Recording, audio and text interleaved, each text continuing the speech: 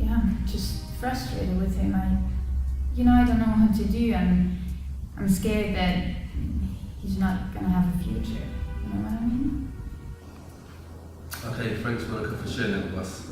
Sully, would you like to speak? Yeah, I'd like to add something. You act as though you were never like me before. Like you were never young and foolish and far from a model student.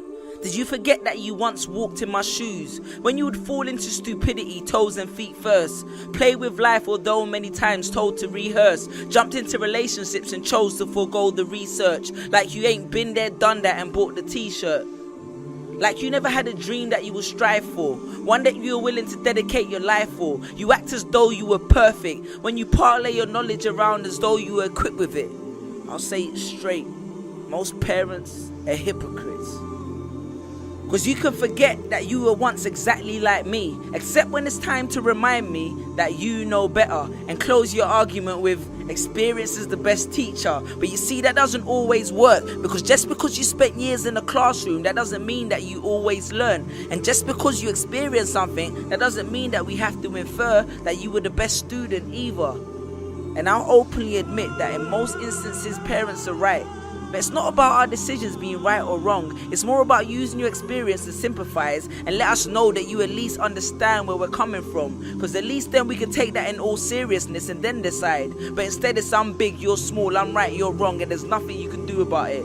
You make our decisions sound irrational and practical, when I'm sure there was a time when you had the exact same thought. When you probably didn't know what you wanted to do with your life by the time you were 18 and had not already achieved it by 25. And when it came to everything else, it was all about patience and timing, right? But when it came to me and my life, those lessons no longer applied, because I had to be great tomorrow, or my plans had to work out today. If I'm not a millionaire right now, then all my efforts have been in vain. We look up to you as our teachers and our leaders, but how are we supposed to achieve success if the person that's supposed to be our biggest fan is never in the bleachers?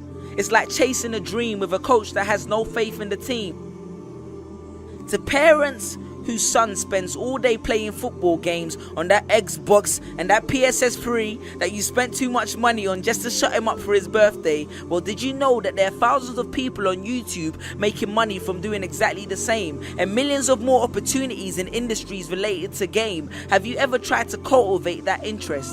Have you ever even touched the controller, except when he left it on the floor and you broke it by accidentally stepping on it, withering in pain, watching him complain as you told him that you're not going to buy him a new one because it shouldn't have been on the floor in the first place, and every time he slipped in a grade or stayed out too late, you locked it away? I know a girl who, according to her parents, spent too much time at singing recitals, so they tell her to shut up so they can watch American Idol. I know a child who is trying to start a business which his parents have never shown an interest in or have a penny invested, but still encourage him to sit down with them and watch The Apprentice. What about the ones that are constantly emphasizing the importance of having a backup plan?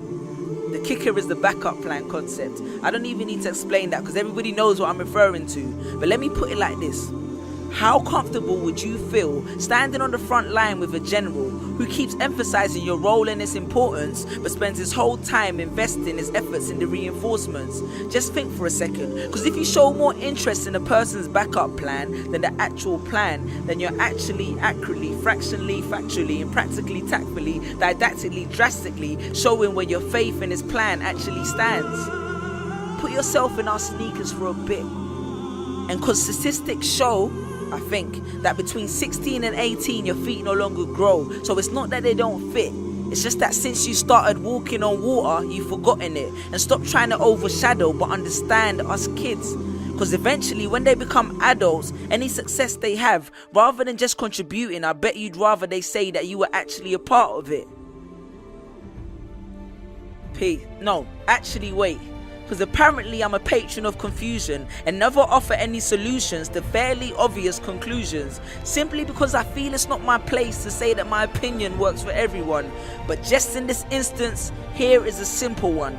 Talk to your little one, because no matter how much you like to believe it, it's 2013 and no one is really a kid anymore. With access to clips at our fingertips, we're exposed to the world without having to open the front door. So ask them what their dream is, how and what we, not they, say we can do to achieve it. Your children are your biggest asset, so invest time in speaking, invest time in listening, invest time in hearing, invest time in learning how to play Pro Evolution Soccer and fashion trends and sing Beyonce. Just invest time in not just being a responsible adult. And I agree, you spoil the child if you spare the rod, but ultimately we just want you to believe in us, because a family is the strongest corporation that you can have.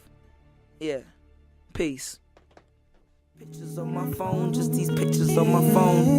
And all my friends with just these pictures on my phone. See these pictures on my phone, got me visualizing home to a place where I